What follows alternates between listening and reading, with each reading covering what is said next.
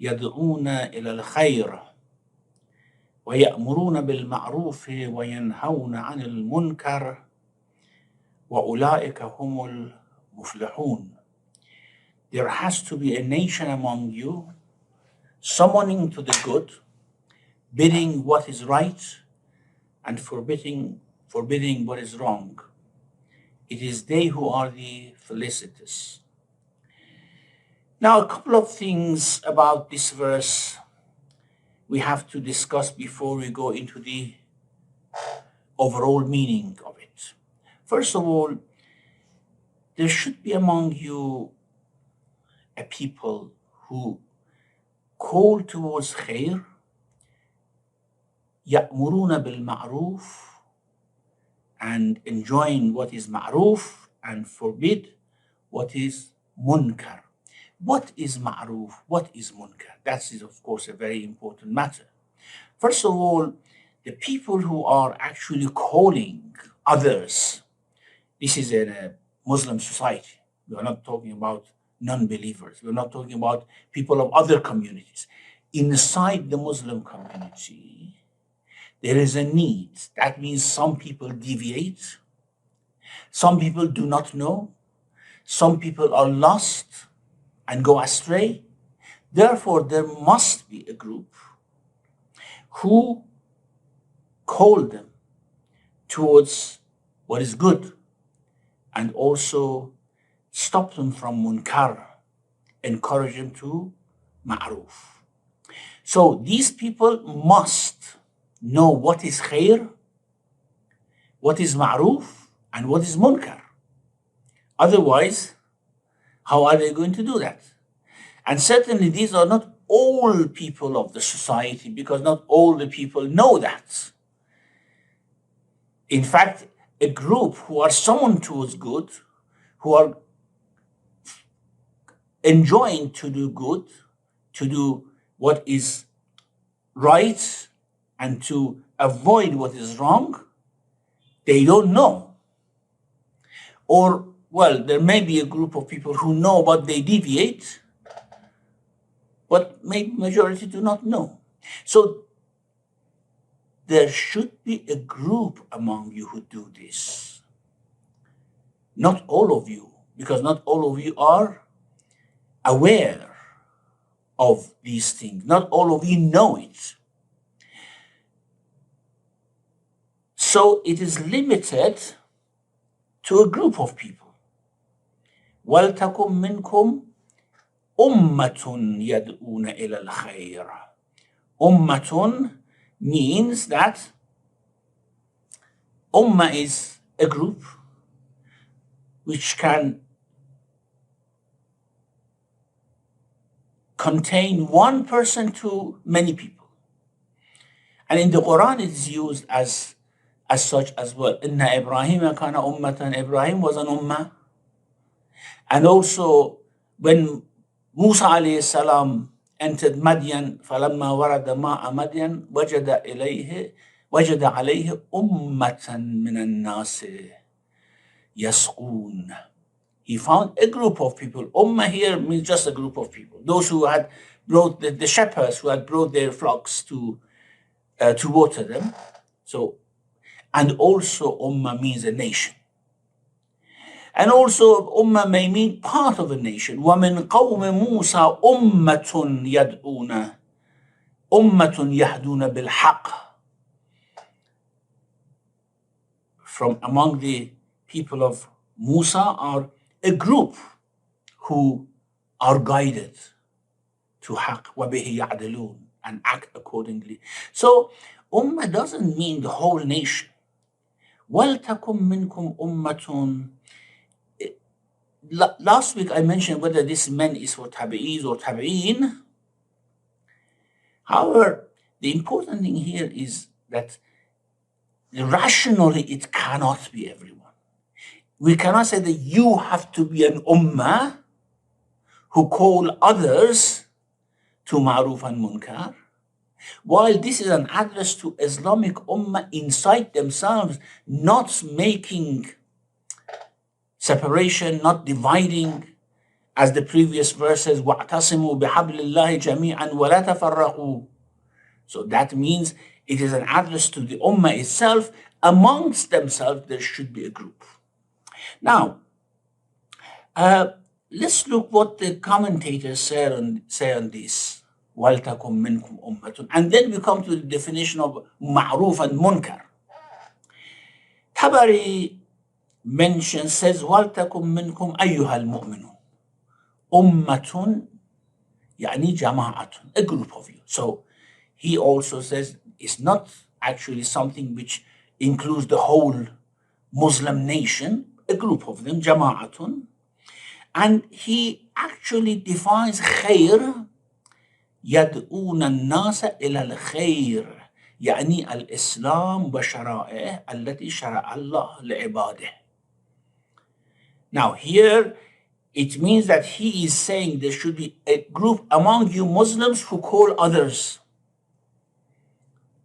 But shouldn't that be a sort of duty of the authorities to decide about that? And then the whole nation are mukallafun for that. وَيَأْمُرُونَ بِالْمَعْرُوفِ, he says that ma'ruf is اتباع Muhammad sallallahu alayhi wa sallam. That means it is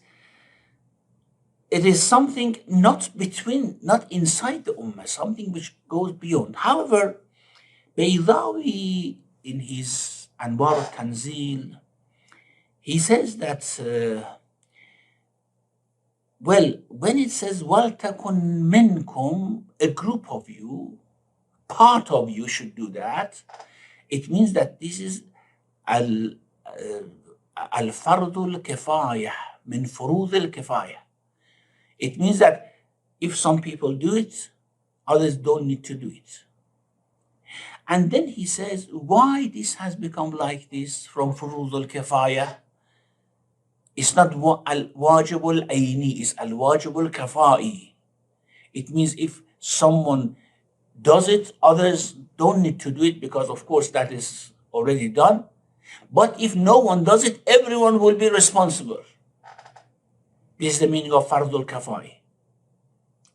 He says why this is so fardul kafaya rather than al fardul aini. He says because not everyone in the ummah has the ability and the quality, is not qualified to do this, because this has conditions. The people who do that should have knowledge of the ahkam, knowledge of the faith, should know how they have to deal with the wrongdoers, what sort of deviation needs what level of requital, for example. All these they know. And therefore, it cannot be everyone. Now, coming to Shia commentators, Majma'ul Bayan says that Qara as-Sadiq alayhi salam, Imam as-Sadiq recited this verse like this: وَلْتَكُمْ مِنْكُمْ أَئِمَّةٌ يَدْعُونَ إِلَى الْخَيْرِ وَيَأْمُرُونَ بِالْمَعْرُوفِ وَيَنْهَوْنَ عَنِ الْمُنكَرِ. There must be imams amongst you who call towards khair and command to ma'ruf and stop people from doing munkar. Now, however, we know that Imam as-Sadiq never would have recited the Quran contrary to what all Muslims were reciting. And the Quran that we now know is the Quran which was being recited at the time of Imam Ja'far as-Sadiq. We believe that this is something approved by them. So how is it possible that he, instead of reciting وَلْتَكُمْ مِنْكُمْ أُمَّةٌ يَدْعُونَ إِلَى الْخَيْرِ, he recites وَلْتَكُمْ مِنْكُمْ أَئِمَّةٌ يَدْعُونَ إِلَى الْخَيْرِ? Apparently, this is a mistake by the reporter. He didn't recite it like that. But he explained that this ummah, this group are a'imma. In fact, he explained وَلْتَكُمْ مِنْكُمْ أُمَّةٌ يَدْعُونَ إِلَى الْخَيْرِ means وَلْتَكُمْ مِنْكُمْ أَئِمَّةٌ يَدْعُونَ إِلَى الْخَيْرِ. And then the reporter thought that he was reciting the verse like that, and he thought that this is a variant in the recitation. No, وَلْتَكُمْ مِنْكُمْ أُمَّةٌ يَدْعُونَ إِلَى الْخَيْرِ. The Imam says these people should have unlimited knowledge on what is khair and what is ma'roof, what is munkar, and these are only the Imams. So وَلْتَكُمْ مِنْكُمْ أَئِمَّةٌ. Also, let's talk about another hadith in Al-Kafi, again from Imam Ja'far al-Sadiq alayhi salam, who said that إنه سئل عن الأمر بالمعروف والنهي عن المنكر أواجب هو على الأمة جميعا. He was asked about أمر بالمعروف and نهي عن المنكر. Is this an obligation on the whole ummah? And certainly the verse doesn't actually help us with that. Doesn't imply that it says وَلْتَكُمْ مِنْكُمْ أُمَّةٌ. From among you Muslims there should be a group. So is this wajib on everyone or on a group of them? فَقَالَ لَا. This is not wajib on everyone. And he was asked, why you say this?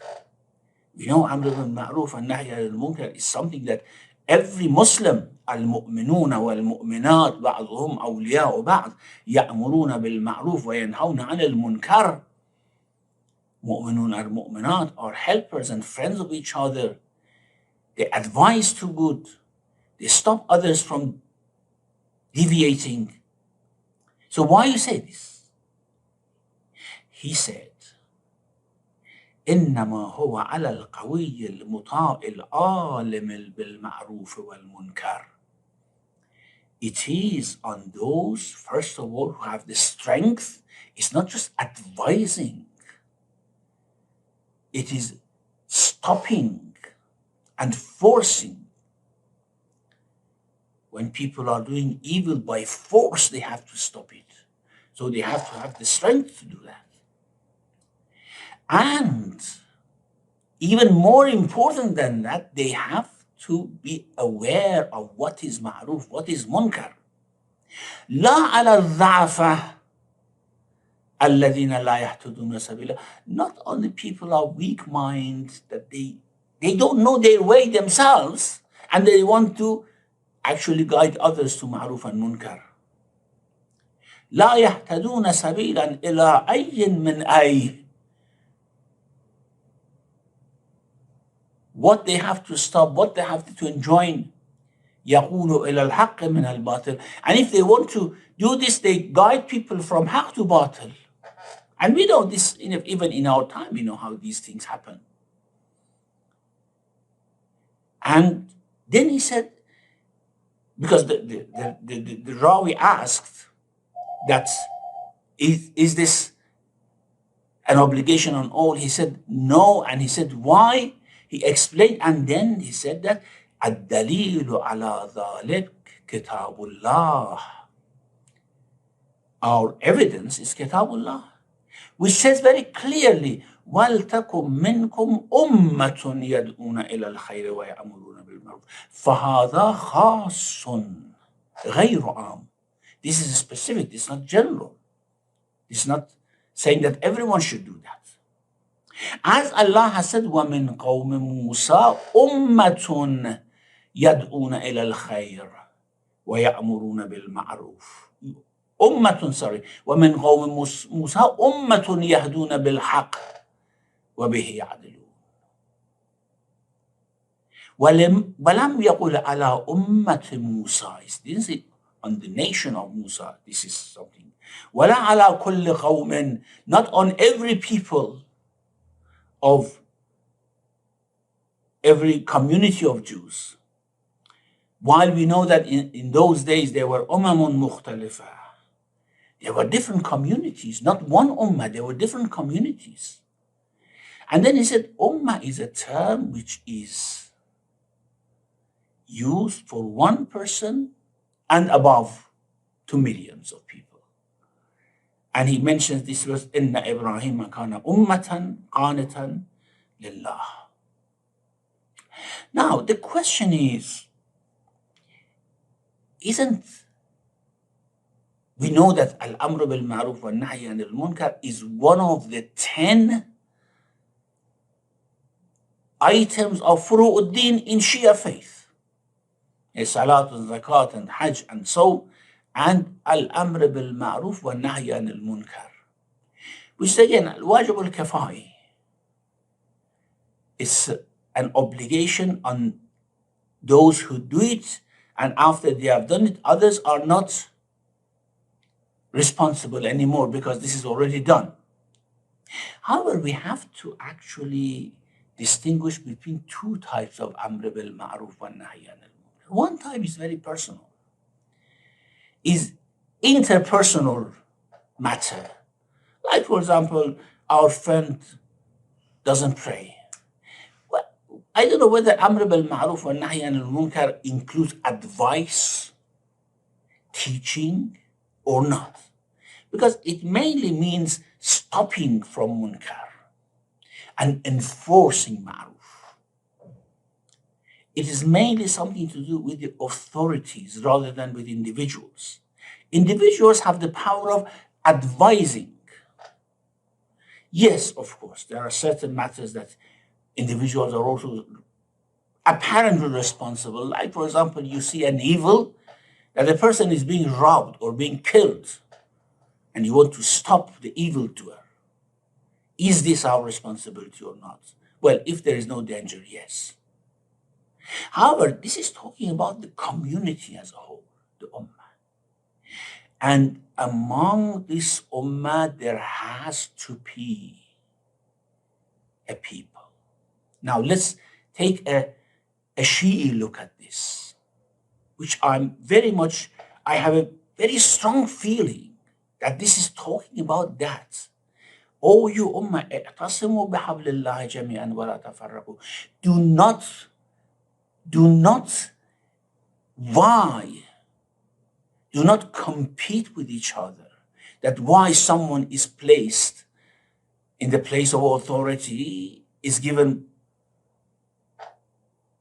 more knowledge and why others are not. What's the difference? Allah says, hold fast to the rope of God and beware. There must be among you a'immatun. Yeah, a'immatun actually is an explanation of ummatun. There must be among you imams who guide you.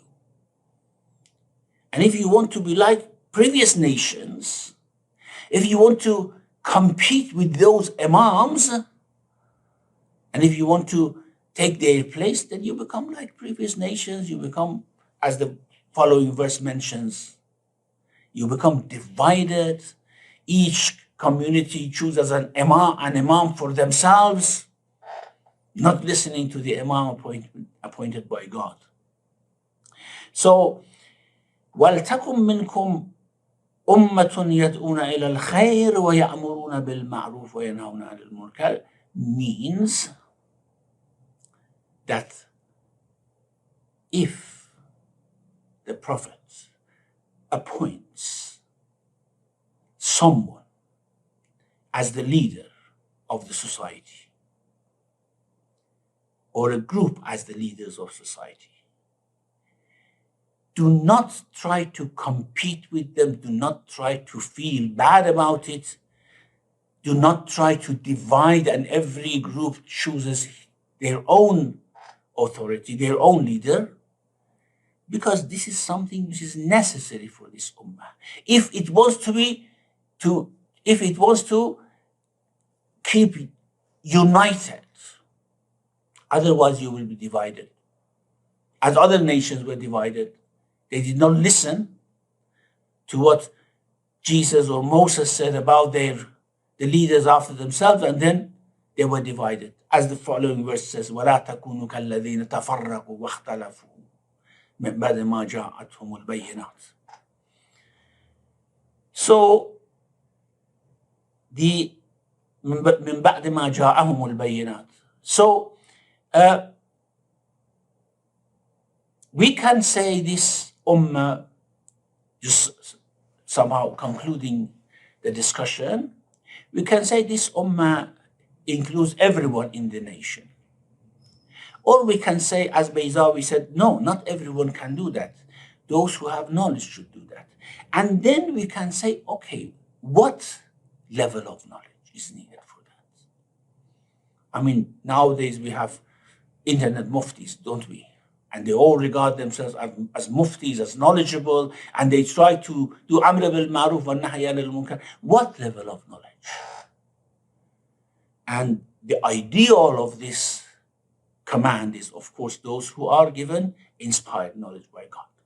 Now, let's come to the question of what is ma'ruf, what is munkar. In Majmu' al-Bayan, it says that كل ما أمر الله ورسوله به فهو معروف وما نهى الله ورسوله عنه فهو منكر. Everything that Allah and the Messenger have commanded us to do is ma'ruf.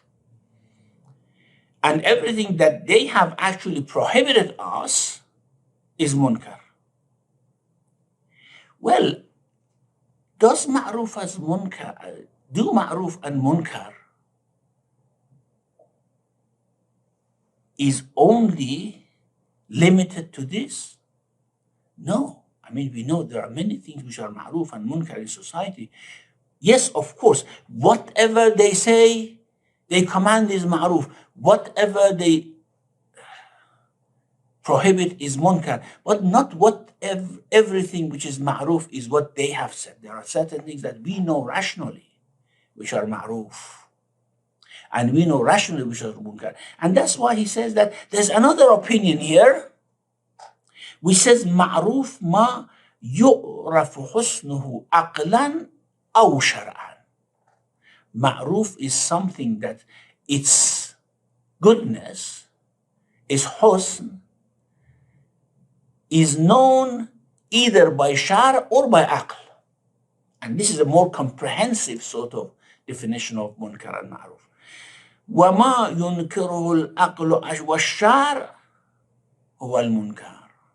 And what is reprehensible by the judgment of shar or by the judgment of intellect, it is munkar.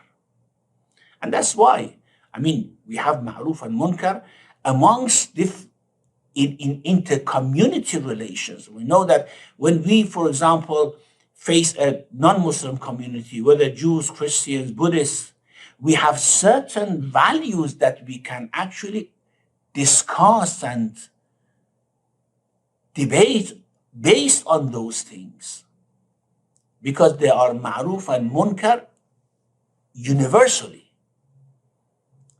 So this, he says that this returns to the first meaning, first description or definition, which of course is not exactly.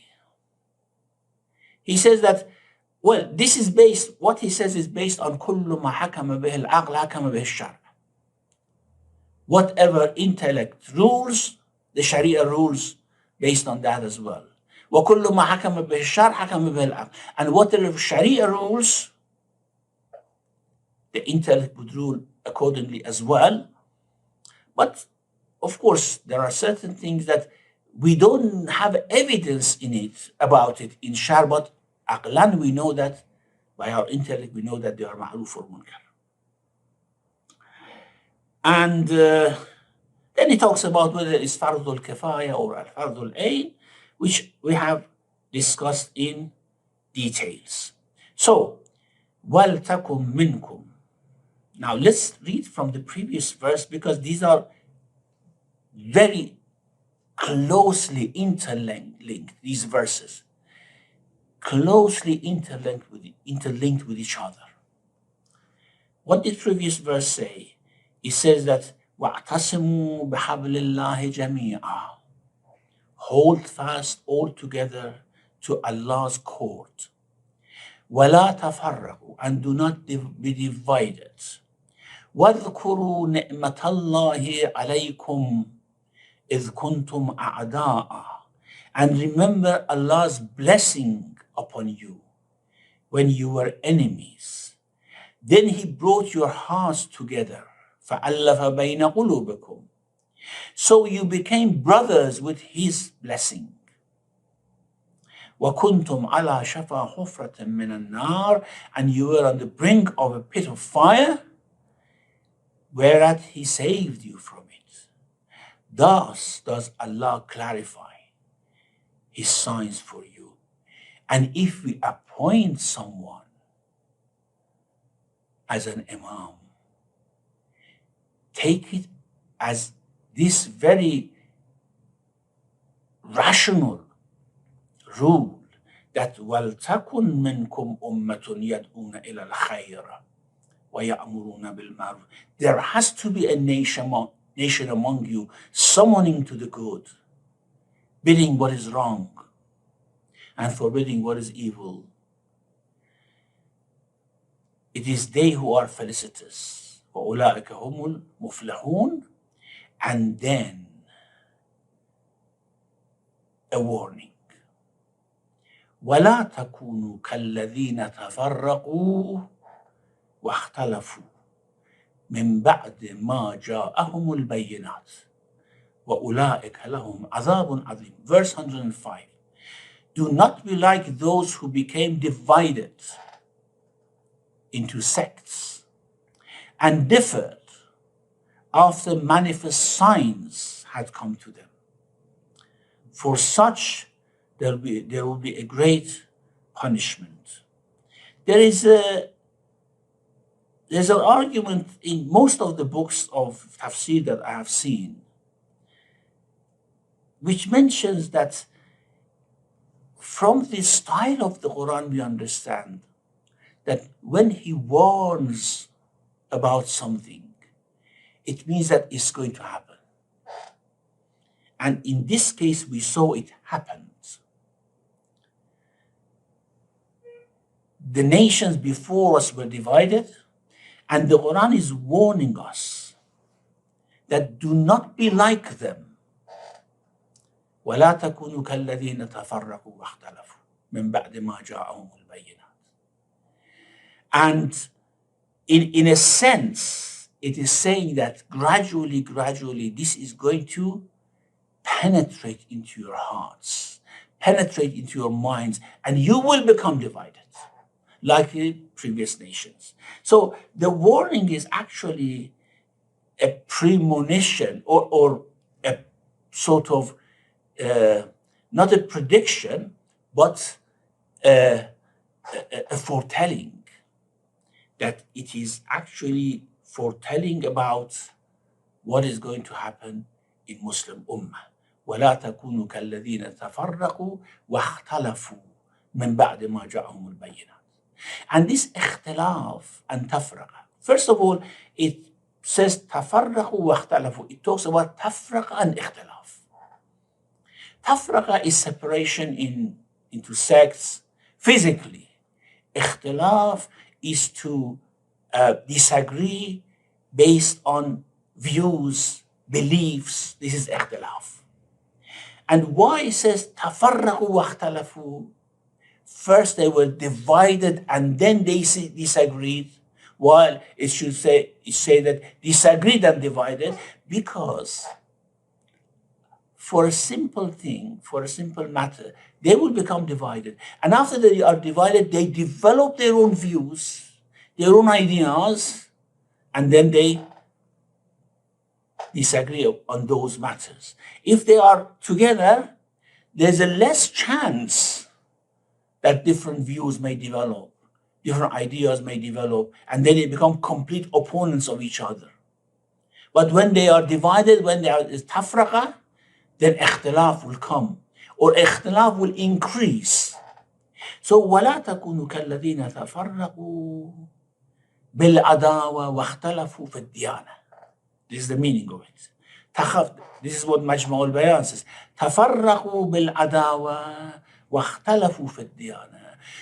Because of animosities, grudges, baghi, as other verses mention, jealousy, they were divided, and then they disagreed in diyan about faith. This is what Islam says. The other said, no, this is what Islam says. This is what the previous nations were inflicted by it. And we have been inflicted by that as well, as we know. It has developed in the history. Now, there's one question here. First of all, this tafraqa has a reason before it leads to ikhtilaf. What's the reason of tafraqa? This is what we have to, inshallah, discuss in our next session. And secondly, is it possible at all that a group of people who live together with different understanding, different mind capacities, is it possible for them not to have ikhtilaf? This is the second question that we have to discuss. And what is the reason for that tafraqa? How this ikhtilaf could be removed? And these are the things that we have to mention next week, and a couple of narrations that talks about the foretelling of the Prophet, prophesying the future and saying what will happen to this ummah. Inshallah, we'll discuss that next week. ربنا لا تزغ قلوبنا بعد إذ هديتنا وهب لنا من لدنك رحمة إنك أنت الوهاب وصلى الله على محمد وآله الطاهرين.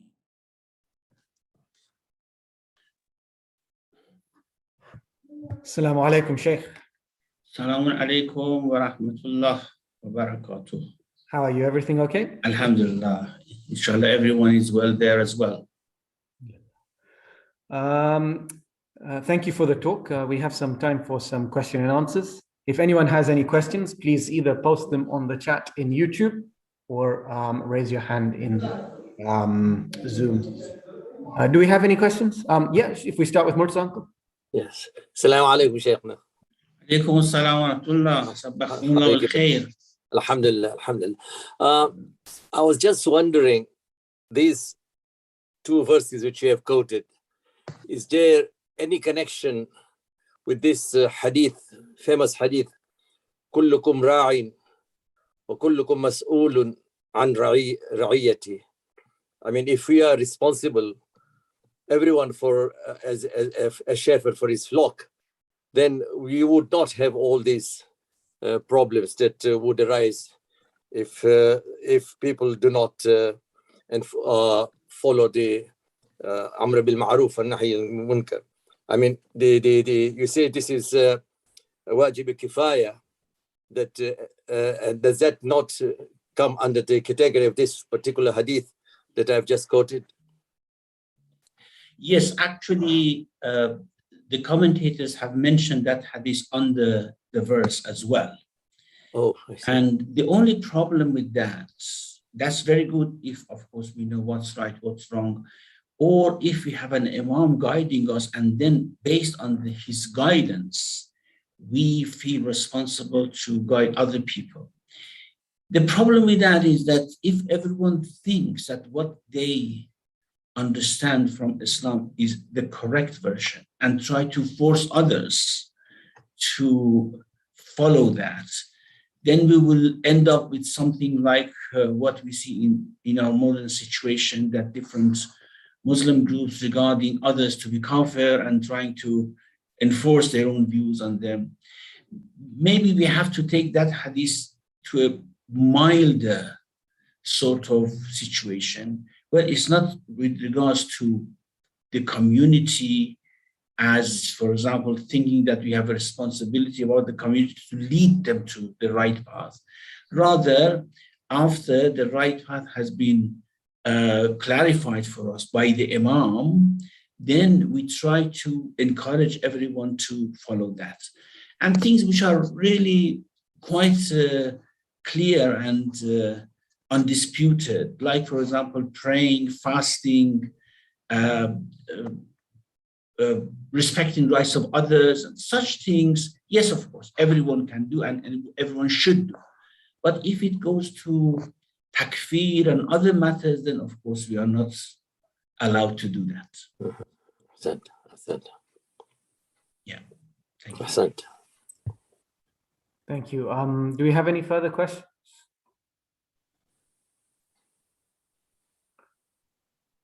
Sheikh, so if I can just ask, how do we be confident that the group that we belong to is the correct group, is the one that's been guided?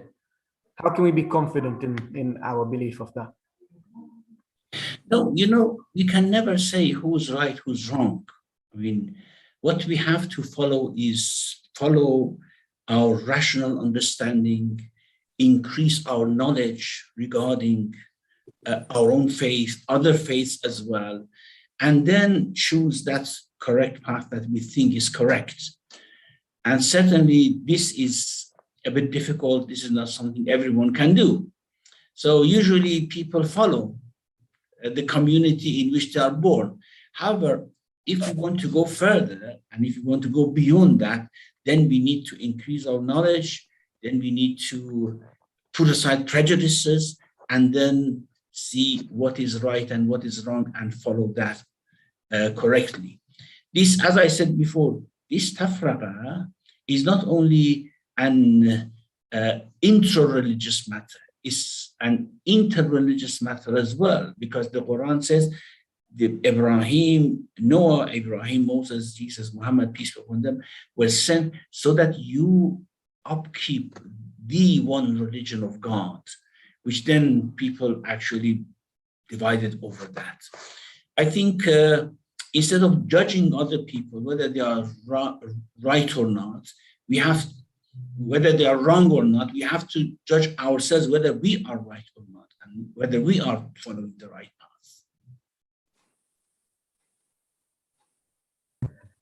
And what would be the method of avoiding the adhabun adim? If these differences is because of baghi, which is jealousy, trying to be superior, trying to overcome others, this is, of course, this leads to adhabun alim. But if these differences are just differences of opinion, not based on arrogance, based on humbleness, certainly adhabun alim will not come to us. And what is the position, Shaykhna, of all these various sects when Allah subhanahu wa ta'ala says very clearly in the Holy Quran, do not divide yourself into sects, is that not a serious matter? The problem is that every sect would tell others that do not divide into sects. And then, so come to our sect. That's why we say we need the imam. That is actually one of the most important reasons why a religious community need a ma'soom imam. And I think I mentioned this before, the Syrian man who came to Imam as-Sadiq to debate with his companions. And Hisham al-Hakam asked him, do you think the Quran would remove our differences? He said, yes. He said, so why are we differing? Both of us believe in the Quran. Then he said, so what would bring us together? And Hisham said, do you mean at the time of the Prophet or now? He said, at the time of the Prophet, okay, it was Prophet. Now, he said, this man, he pointed to Imam Jafar as-Sadiq, he is the one who removes the differences. I mean, without an Imam, of course, we cannot remove our differences. So Shaykh, is it correct to understand that this punishment then is on those who differ out of animosity to others rather than out of difference in opinion? Yes, certainly, that's the case. That's the case, yes. Yes, if we go to Riyaz. Assalamu alaikum, Shaykh. Alaikum assalam wa rahmatullah. When you said that people need to increase their education, increase their knowledge, and also increase their knowledge of rational things, herein I find a little bit of an issue, because if, for example, I have a group of people who come into the mosque and actually start dancing instead of praying at the time of prayer. And if they're dancing in tune with Sufism, which is called God-centric, where do we actually say this is an obvious blasphemy? So what in your view would be an obvious blasphemy for maybe 10 people who are thinking the same way? And in this day and age, the rationale is that God can't be that cruel. So God is between me and my God. So don't be judgmental. Whatever action I'm doing, you have no right to say I am wrong, because it's just a natural thing that God has said to me. Of course, we've alluded to something like this before. But what I mean to say is that line when you say Amr bin Maruf, and you know it's definitely something that is haram in every single sect of Islam. Can you stop that? And then, therefore, do you have a statutory duty to tell the person this is haram, period? Well, when you say in the modern age, God cannot be that cruel, do you mean in old age, God should have been that cruel or could have been that cruel? Yes. Yes. We judge people based on their behavior and comparing it with what we learned from the book and the Sunnah. Okay, we judge them in the sense that we judge the act that this is contrary to what we have learned from the Quran and Sunnah. Right. But whether they are going to be punished or not, that's up to God. No, we do not judge them in the sense, because it's the case people usually say, you cannot judge me. Yeah, of course, we cannot judge anyone. I mean, if someone who has committed murder go to the court and say to the judge, you cannot judge me, God should judge me. And then the judge would say, why have you come here? I have sat here to judge you based on your action. What are your reasons? What drove you to do that? How God will deal with you? That's another matter. I'm not judging that. That's between you and God. But I can judge you based on your action, that you have committed a crime, and this is the punishment for it. In this sense, we can judge people, of course. I mean, if a person doesn't pray, I cannot judge him that God will punish him, take him to hell, but I can judge that this act is against the accepted and unanimous view of Muslims, that this is against the rules of Islam. Now, if some people come out and say that, okay, that's your view, but my view about Islam is different, then we can tell them, okay, go to your own center and do whatever you want about Islam. But we have certain views about Islam, and we follow that here. If you have different views, you can go to your own center or your own commission and do that. I understand. Thank you so much, sir. Thank you very much, Sheikh. Do we have any further questions? Actually, I would like to share what Brother Riaz has just said. I was a witness myself personally when I attended a Sufi gathering. It was a Naqshbandi order. And the way they were saying their prayers was not in agreement at all with all the Sunnis and Shias who normally say their normal prayers. So we said our own prayers behind, and we left them to do their own way of Sufi prayers, you see. I mean, that was it. You see, we just used our common sense. This is not the way that prayers are being prayed, you see. So we prayed separately. You see? Yeah, that's it. Yes. And if you do it continuously, they would tell you, please do not come here anymore, pray, and go and pray your own.